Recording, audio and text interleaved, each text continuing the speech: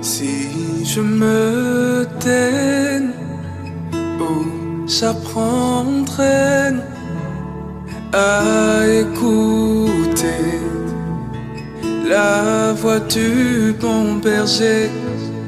Quand je l'entends, où je comprends qu'il a payé pour ma liberté.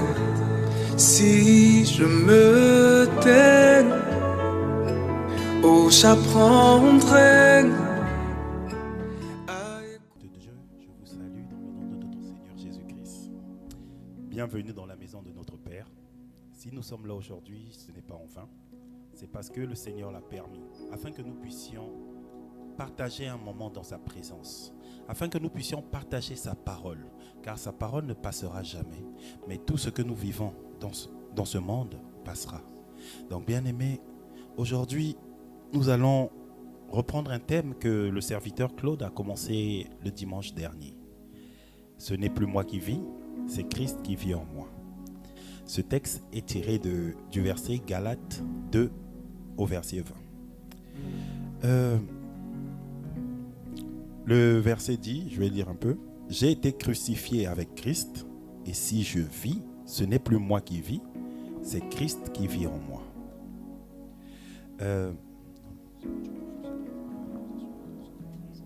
Ce n'est plus moi qui vis, c'est Christ qui vit en moi.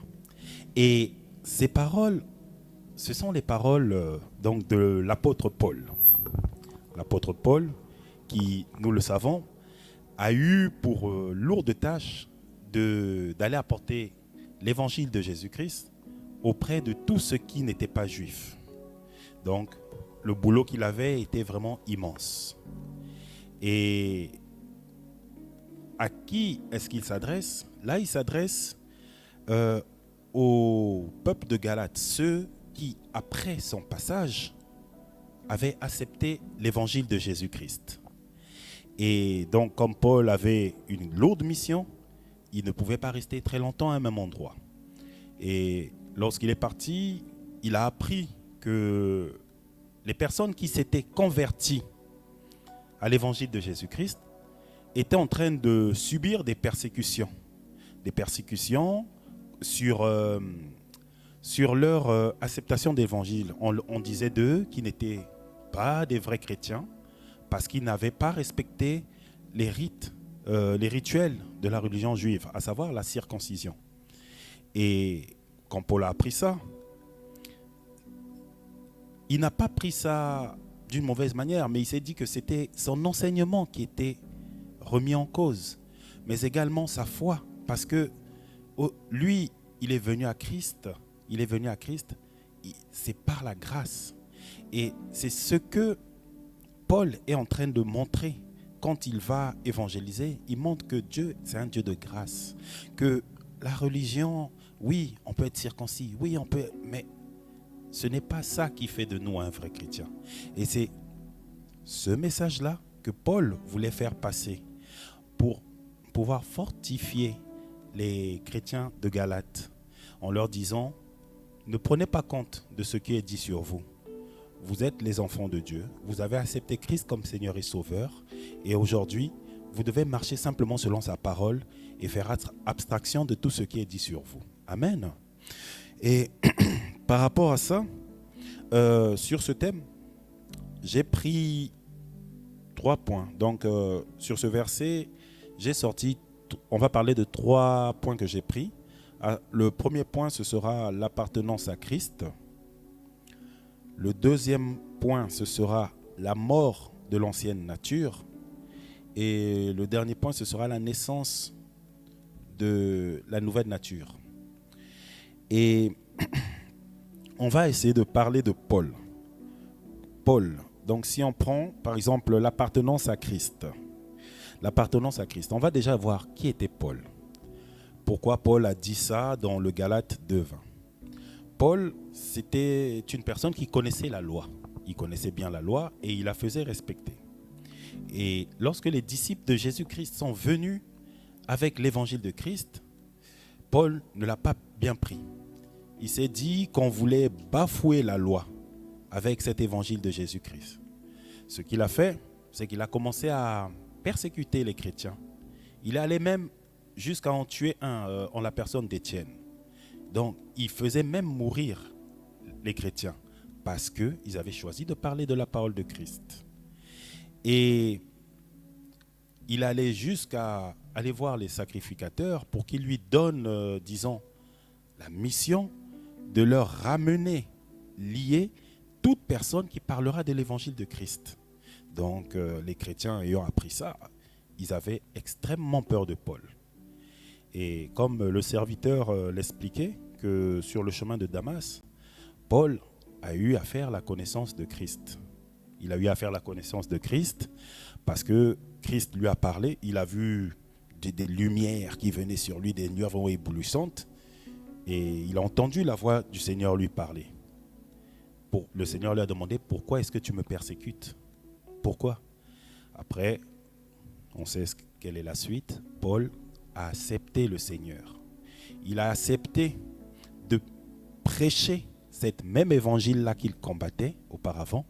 Il a accepté de pouvoir l'apporter dans la vie de ceux qui ne connaissaient pas Christ. Et ce qui est amusant dans tout ça, c'est qu'une personne qui faisait mourir les autres à cause de cet évangile de Jésus-Christ, c'est lui qui a le plus évangélisé. C'est lui qui a eu un plus grand nombre vraiment. Il est parti dans toutes les villes qui n'étaient pas juives. Donc c'est lui qui a apporté la parole partout où il passait. Parce que les autres, eux, ils avaient la mission la plus facile. Évangéliser les Juifs, bon, ils connaissent déjà la loi, ils connaissent le Seigneur. Donc, c'était un peu facile. Mais pour Paul, il avait tout à prouver, tout à faire. Et imaginez maintenant que cette personne-là qui vous persécutait arrive et vous dit « Ah, ben les gars, je suis maintenant des vôtres. » Vous allez dire « Ah non, il est en train de plaisanter pour nous avoir là. » Donc, les autres étaient méfiants. Ils étaient méfiants parce qu'ils se disaient non, il ne peut pas avoir changé. Celui qui voulait nous tuer là aujourd'hui, il ne peut pas changer. Mais Paul, par sa façon de marcher avec le Seigneur, leur a montré qu'il avait réellement changé. Et donc il écrit aux Galaties, ce n'est plus moi qui vis, c'est Christ qui vit en moi. Donc nous allons parler de l'appartenance à Christ. Pourquoi il dit ça? Parce que Paul, c'était une personne qui marchait selon la loi. Et donc il avait, on va dire, il avait son côté, comment dirais-je? Comment je peux dire ça? En gros, la chair prenait souvent le dessus. La chair prenait souvent le dessus. Il était colérique, il était impulsif, il avait toutes les qualités qu'on peut avoir d'un homme aujourd'hui. Et s'il dit cela, c'est parce que lorsqu'il a rencontré Christ, il s'est passé une transformation. Il s'est passé une transformation. C'est-à-dire en acceptant le Seigneur, Jésus-Christ comme Seigneur et Sauveur, il a abandonné tout ça. Il a abandonné tout ça. Il a dit tout ça c'est le passé. Maintenant je veux me conformer à la vie de Christ. Et ça veut dire que Christ, quand Christ a racheté l'apôtre Paul. Et ça, on peut lire ça dans le livre de 1 Corinthiens 6, 19 à 20. 1 Corinthiens 6, 19 à 20.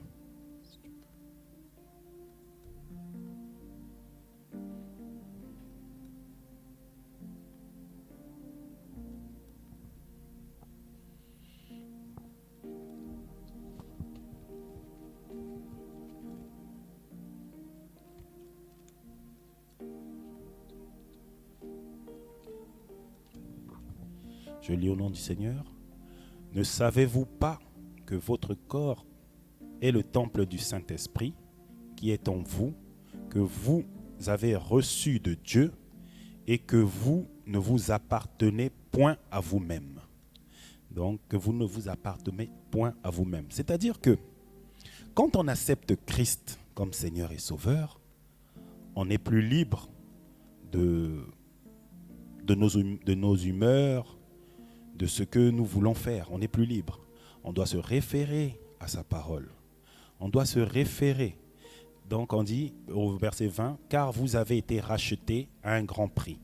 Glorifiez donc Dieu dans votre corps et dans votre esprit qui appartiennent à Dieu. » Voilà, donc c'est ce verset-là qui nous montre qu'on appartient à Dieu. Quand on lui donne notre vie, quand on l'accepte comme Seigneur et Sauveur, on lui appartient totalement. C'est lui qui décide de faire de nous ce qu'il veut.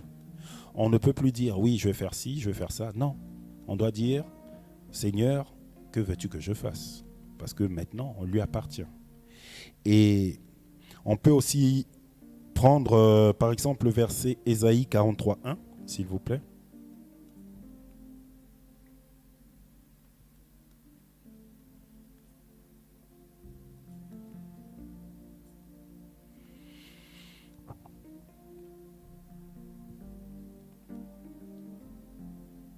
Ésaïe 43, 1. J'attends qu'il prenne ça. Ainsi parle maintenant l'Éternel, qui t'a créé, ô Jacob, celui qui t'a formé, ô Israël. Ne crains rien, car je te rachète. Je t'appelle par ton nom, tu es à moi. Amen. Donc ces deux versets-là nous montrent que le Christ nous a rachetés. Ça montre le rachat de nos péchés par le Christ. Et comment est-ce que le Christ a racheté nos péchés? C'est en se donnant sur la croix. Le fait qu'il se soit sacrifié pour nous, nous aujourd'hui qui l'acceptons comme Seigneur et Sauveur, nous ne sommes plus sous l'état de la condamnation qui était issu du péché d'Adam, mais par le sacrifice de Jésus-Christ, nous avons été rachetés.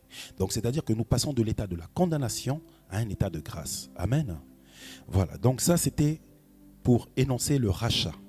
Mais nous avons également, quand on vient à Christ, il nous adopte. Il nous adopte comme son enfant.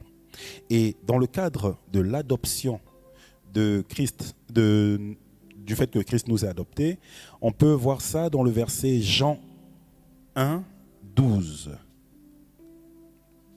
Jean 1, 12.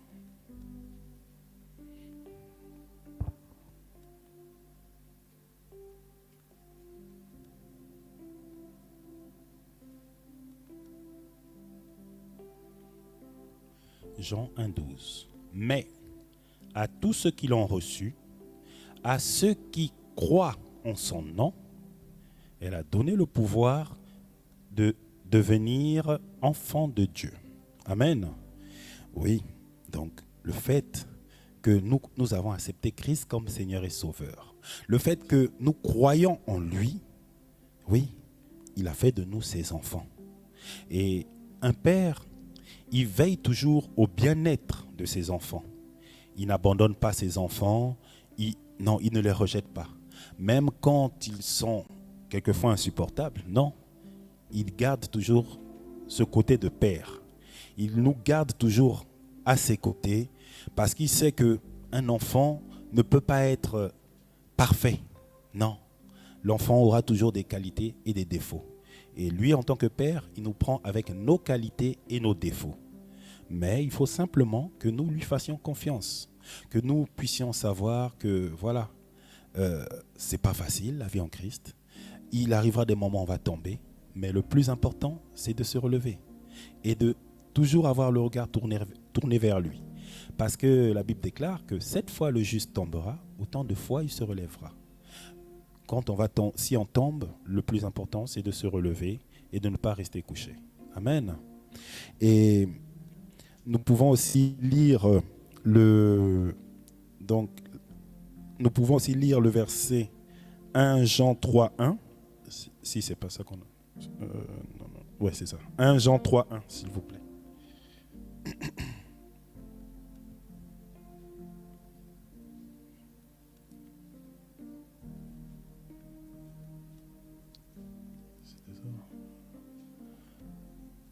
Voilà. Voyez quel amour le Père a témoigné pour que nous soyons appelés enfants de Dieu, et nous le sommes. Si le monde ne nous connaît pas, c'est qu'il ne l'a pas connu. Amen. Donc ça, c'est encore pour énoncer le fait que nous avons été adoptés par Christ. Mais après, nous allons aussi prendre l'autre point qui est l'appartenance éternelle à Christ, mais une appartenance éternelle et sécurisée. Et ça, nous allons pouvoir lire ça dans le livre de Jean 10, 27 à 28.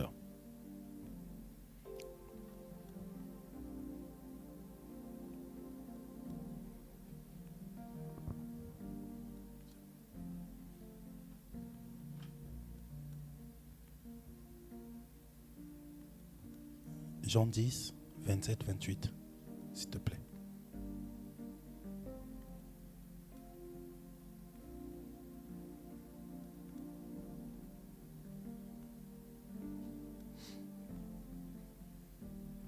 Mes brebis entendent ma voix, je les connais et elles me suivent. Je leur donne la vie éternelle et elles ne périront jamais et personne ne les ravira de ma main. Amen. Oui, on lui appartient éternellement. Parce que, comme il a dit, mes brebis entendent ma voix et elles me suivent. Aujourd'hui, en tant qu'enfants de Dieu, nous sommes censés marcher selon sa parole. Parce que la parole de Dieu, c'est Dieu lui-même. Et donc, lorsqu'on suit sa parole, on l'applique à la lettre. Ça veut dire que là, nous faisons ce que le Seigneur veut que nous puissions faire. C'est-à-dire lui être obéissants. C'est-à-dire marcher selon ses principes. Oui, nous sommes ses brebis. Et le troupeau est très grand. Mais l'ennemi, il vient souvent. Il vient comme un loup dans la bergerie, déguisé en brebis. Afin de pouvoir nous tromper. Afin de pouvoir faire en sorte que nous ne suivions pas toujours le maître qui est devant nous. Mais bien aimés, il faut que nous restions vigilants. Il faut que nous restions vigilants. Parce que l'ennemi viendra toujours pour nous combattre. L'ennemi viendra toujours nous combattre parce qu'il ne veut pas que nous restions dans les bonnes grâces du Seigneur. Lui, ce qu'il veut, l'ennemi, c'est pouvoir attirer le plus grand monde avec lui. Parce qu'il ne veut pas être condamné tout seul. Donc il va tout faire pour pouvoir emmener un maximum avec lui. Et c'est pour ça qu'il vient toujours déguisé pour nous faire croire que non, c'est le Seigneur qui a donné, mais non. L'ennemi aussi peut apporter des choses. Mais c'est pour ça que souvent quand on prie, on demande le discernement. Pour qu'on puisse savoir ce qui est de notre Seigneur et ce qui n'est pas de lui. Et bien aimé, ce que je voulais ajouter, c'est que Christ, du moment qu'il nous accepte, quelles que soient nos fautes, du moment que nous les reconnaissons, lui, il nous les pardonne. Parce qu'il est lent à la colère et riche en bonté. Et l'Éternel, il n'est pas comme un homme où quand il dit « je te pardonne », une fois le prochain acte qui ne lui plaît pas, tu fais encore, il va dire « ah non, finalement je t'avais déjà pardonné, mais je ne te pardonne plus ». Non, Christ, quand il dit « je te pardonne », c'est passé, il a oublié. Il a oublié. Donc c'est pour ça que, bien aimé, le fait que nous avons un Père qui nous aime vraiment éternellement, qui nous aime vraiment, qui fait tout pour nous sécuriser, il faut que nous soyons vraiment fidèles à sa parole. Il faut que nous soyons toujours enclins à faire sa volonté. Parce que il n'y a que ça de vrai, en gros. Tout ce que nous vivons ici, sur cette terre, ça va passer. Ça va passer, tout va passer. Mais la parole de Dieu, elle ne passera jamais. Donc, bien-aimés, demeurons fidèles à Christ. Demeurons fidèles à sa parole. Parce que nous lui appartenons. Nous sommes ses enfants.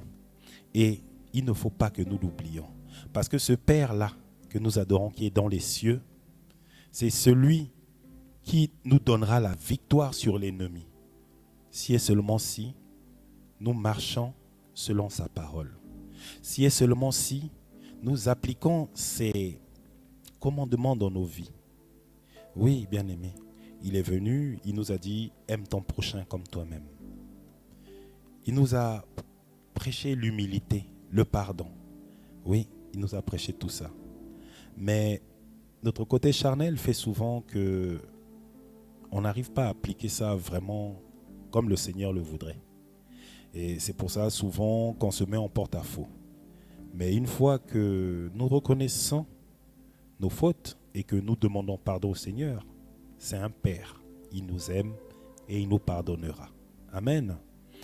Nous allons passer au petit 2 qui est la mort de l'ancienne nature. La mort de l'ancienne nature. Et là, pour la mort de l'ancienne nature, on pourra prendre le verset Romains 6, 6.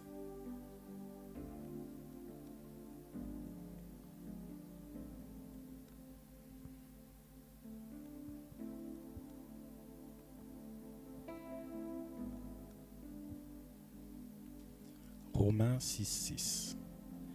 Je lis au nom du Seigneur. Sachant que notre vieil homme a été crucifié avec lui, afin que le corps du péché fût détruit, pour que nous ne soyons plus esclaves du péché. Amen. Oui. Christ, lorsqu'il s'est sacrifié sur la croix, c'était pour que nous puissions être délivrés de la condamnation. C'est pour que les péchés que nous avons commis ne nous condamnent plus. Et aujourd'hui, lorsque nous acceptons Christ comme Seigneur et Sauveur, et que nous passons également par les eaux du baptême, c'est comme, en gros, c'est comme si nous aussi, on passait à la croix avec Christ. C'est-à-dire que notre ancienne nature, notre orgueil, notre colère, tout ce que nous pouvons faire d'humain, nous le déposons à la croix, au pied de Christ. Donc, en gros, c'est comme une promesse que nous faisons à Christ. Que Seigneur, je viens à toi, voilà, je veux plus de ça, je veux plus de ça, je veux plus de ça. Maintenant, Seigneur, je veux marcher comme toi tu veux que je marche. Donc je ne veux plus marcher selon mon intelligence, selon mes craintes, selon ma vision. Donc en gros, tu abandonnes tout ça. C'est comme si, en gros, tu abandonnes tout, tu viens à l'état pur, à Christ, afin que ce soit lui-même qui puisse te remplir de son esprit, que ce soit lui-même qui puisse te dire aujourd'hui, donc tu deviens comme téléguidé.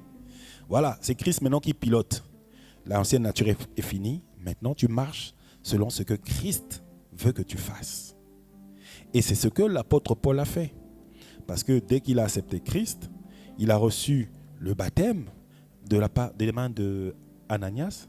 Il a reçu le baptême et il a commencé à faire l'œuvre de Christ.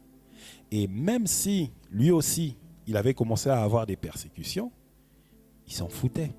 Parce qu'il savait que il était maintenant du bon côté. Il savait que, voilà, il n'y avait personne au-dessus de ce Dieu-là. Il n'y avait personne. Il n'y avait personne et il savait que maintenant, il menait le bon combat. Il menait le bon combat. Parce qu'avant, quand il combattait les chrétiens, il était, on va dire, dans le faux.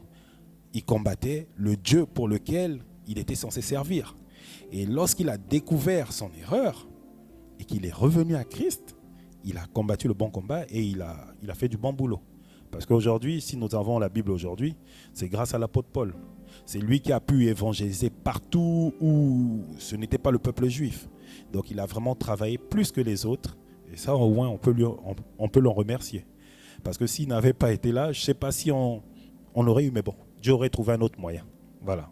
Mais bon, merci l'apôtre Paul.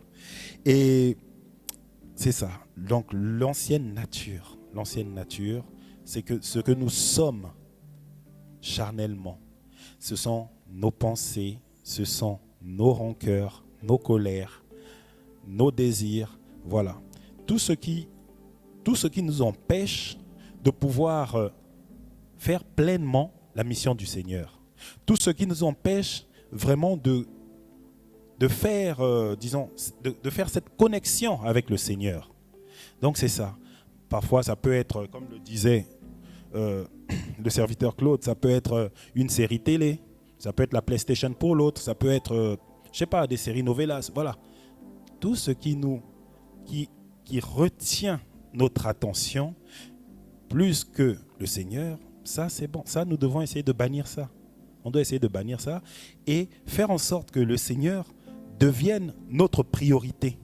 Il faut que le Seigneur soit au centre de toutes choses, qu'il devienne notre priorité et que les séries, les feux de l'amour, amour, gloire et beauté et quoi d'autre, voilà, que ça vienne au second plan. Voilà. Je dis ça pour moi. Fan des feux de l'amour, j'accepte. Donc, il faut que ça devienne au second plan. Et nous allons passer au petit 3, qui est la naissance de la vie nouvelle. Et donc, pour là, nous allons pouvoir énoncer ça dans 2 Corinthiens 5, au verset 17.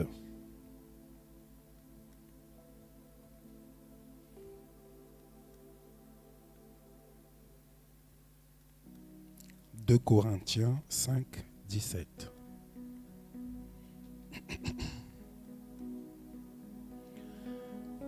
Si quelqu'un est en Christ, il est une nouvelle créature. Les choses anciennes sont passées, voici, toutes choses sont devenues nouvelles. Amen. Oui. Lorsque l'apôtre Paul dit ça, ou lorsqu'il a écrit dans Galates 20, ce n'est plus moi, c'est Christ qui vit en moi, ça rejoint ce verset que nous venons de lire là. C'est-à-dire que, en gros, on a accepté Christ. Tout ce que nous avions pu faire par le passé, il faut qu'on l'oublie.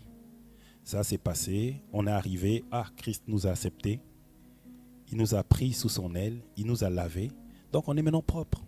On est maintenant propre. Donc, il ne faut plus qu'on aille encore se rouler dans la boue pour venir dire, papa, lave-moi encore. Non, il nous a lavés, on est propre. Maintenant, essayons de demeurer propre. Ce n'est pas facile, mais ce n'est pas non plus impossible. Ce n'est pas impossible. Il nous a donné toutes les armes nécessaires. Que ce livre de loi ne s'éloigne point de ta bouche. C'est sa parole. C'est sa parole qui va nous permettre de pouvoir avoir cette connexion avec lui. C'est sa parole qui va nous permettre de pouvoir faire la mission qu'il nous a donnée, à savoir de faire de toutes les nations des disciples. Parce que la mission est grande, mais il y a peu d'ouvriers. Et ce qu'il attend de nous, tous qui sommes assis ici, c'est que nous puissions faire cette mission-là. C'est que nous puissions devenir de vrais adorateurs qui l'adorent en vérité et en esprit. Parce que ce sont là les vrais adorateurs que lui, il recherche. Et bien aimé, comme le docteur aime souvent le dire, il faut que nous puissions grandir spirituellement, que nous puissions grandir. Parce que c'est en grandissant que nous allons pouvoir comprendre certaines choses de sa parole. Que nous ne restions pas sur les bases, aime ton prochain, aime ton prochain. Non, aujourd'hui, on est arrivé à un certain niveau où on peut aujourd'hui changer les enseignements parce qu'on a cette capacité-là aujourd'hui de comprendre des enseignements qui sont beaucoup plus nourrissants, si je puis dire. Qui sont plus nourrissants. Et c'est pour ça qu'il faut que nous puissions demeurer ensemble dans la prière. Les prières qu'on fait les vendredis à l'intercession, ce n'est pas un moment que nous passons en vain, mais c'est un moment qui essaye de nous renforcer spirituellement les uns les autres. C'est un moment qui nous connecte avec le Seigneur. Donc quand on passe ce moment-là, ne nous disons pas que je passe juste un moment comme ça pour passer le temps. Non, c'est un moment où nous devons nous disposer afin de pouvoir élever notre niveau dans la prière, élever et pouvoir nous affermir encore dans le Seigneur. Parce que le fait que nous prions les uns avec les autres, mais aussi les uns pour les autres, c'est ce que le Seigneur veut. Parce que c'est ce qui était fait lors de l'Église primitive. Ils priaient les uns avec les autres et les uns pour les autres. Mais surtout, il n'y avait aucun jugement entre eux. Il n'y avait aucun jugement, aucune critique. C'est-à-dire qu'ils avaient la possibilité de se confier les uns aux autres sans avoir d'arrière-pensée. Et c'est ça. Parce que quand tu es en Christ, tu ne peux pas avoir de jugement envers ton frère, envers ta sœur. Lorsque tu es en Christ, tu ne peux pas voir que ton intérêt à toi, mais tu vois aussi le voisin qui est à côté. Voilà, le voisin va peut-être venir te poser un problème. Oui, mon frère, je n'ai pas mangé depuis 2 jours. Ne sois pas ce chrétien qui dit, ah mon frère, viens, on va prier, Dieu va faire. Non. Sois ce chrétien qui dit, ah tu as faim, bon ok, viens, on va manger. Parce que c'est aussi une façon pour toi d'évangéliser. C'est aussi une façon pour toi de représenter le Dieu qui vit en toi. Parce que tu n'as pas voulu simplement dire, ah bon Seigneur, prie, on va prier pour que la nourriture tombe du ciel. Non. Si le Seigneur l'a envoyé vers toi, c'est parce qu'il sait que tu es capable de résoudre son problème. Voilà pourquoi il l'a envoyé vers toi. Tout n'est pas forcément prière, prière, prière. Il y a des situations qui arrivent qu'on peut résoudre. Nous, ici, en tant qu'homme, on peut les résoudre en nous référant à la parole. On peut les résoudre. Mais souvent, on veut trop paraître spirituel et que des situations qui peuvent se régler là où tu peux régler, où tu dis ton frère te dit n'a pas mangé, toi tu lui dis attends, on va prier, Dieu va faire. Non, il y a quelque chose, tu peux pas l'emmener chez toi, ok, donne-lui quelque chose qu'il a acheté à manger.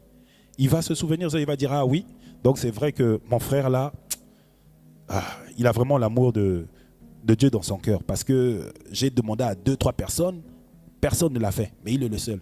Il va s'en souvenir. Et si ce frère-là, par exemple, n'était pas en Christ, le jour où tu viendras peut-être lui parler de Christ, il sera un peu plus réceptif.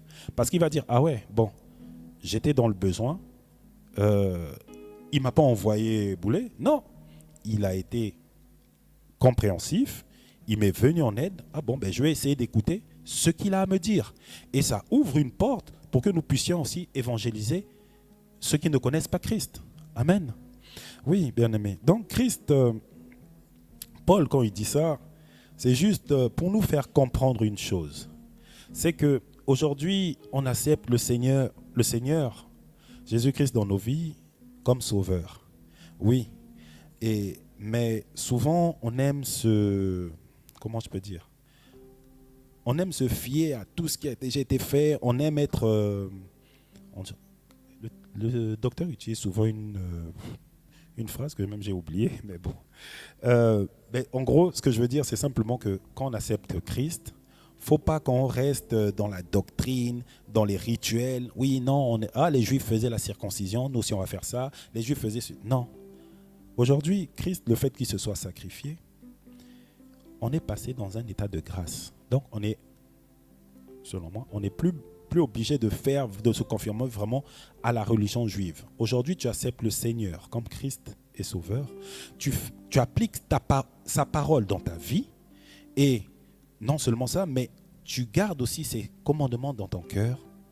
Là, tu es enfant de Dieu. Parce que tu fais ce que le Seigneur attend de toi. Parce que nous qui entendons sa parole et qui la gardons dans nos cœurs, c'est là où nous attirons l'attention de Christ. Oui, parce qu'il veut que nous puissions marcher selon sa parole, quels que soient les vents et marées, que nous puissions nous dire, nous avons un Dieu et c'est lui qui aura le dernier mot. Amen. Oui, bien-aimé, c'est ça. L'apôtre Paul, dans ce verset, a vraiment mis les bases de la foi chrétienne. Parce qu'on ne vit pas simplement pour nous, on ne vit pas par rapport à X a fait ci, X a... Non, nous vivons par rapport à Christ. Et lorsque nous l'acceptons dans notre cœur, c'est lui qui prend le contrôle, c'est lui qui prend la première place. Et lorsque lui il est au contrôle, nous portons du bon fruit. Lorsque lui il est au contrôle, nous pouvons être fiers de nous. Car quel que soit ce que l'ennemi viendra semer dans nos vies, il nous tourmentera, mais nous ne nous vaincra point. Parce qu'avec lui, nous avons toujours la victoire. Amen. Donc, bien aimé, on va se disposer, on va essayer de prier ensemble afin que nous puissions demander au Seigneur de faire taire la chair. Donc, c'est-à-dire le vieil homme en nous pour que son esprit puisse croître et que nous puissions toujours marcher selon sa parole. Donc, on va prier tous ensemble. Père Céleste, merci Papa, merci pour ce message que nous avons déjà entendu quelque part, oui, parce que nous venons à l'église depuis des années, nous l'avons déjà entendu, mais peut-être que nous l'avons oublié. Merci pour cette piqûre de rappel que tu as permis, Papa. Père, aujourd'hui, Papa, je te recommande ton peuple et moi-même. Permets, Papa, que nous puissions toujours avancer, Seigneur, selon, Seigneur, ta volonté. Fais taire, Seigneur, le vieil homme en nous, afin que ton Saint-Esprit, Seigneur, puisse prendre le dessus au nom tout-puissant de Jésus-Christ de Nazareth. Éloigne de nous, Papa, tout ce qui n'est pas de toi. Éloigne de nous, Papa, tout, Seigneur, tout comportement charnel, Papa. Éloigne cela de nous au nom tout-puissant de Jésus-Christ de Nazareth. Et que ta volonté, Seigneur, puisse se faire dans la vie de tout un chacun. Gloire et louange à toi, Père. Ainsi t'ai-je prié. Et je te dis Amen. Amen. Merci. Coule, coule, coule comme un torrent. Coule, coule, coule comme un torrent. Coule, coule, coule comme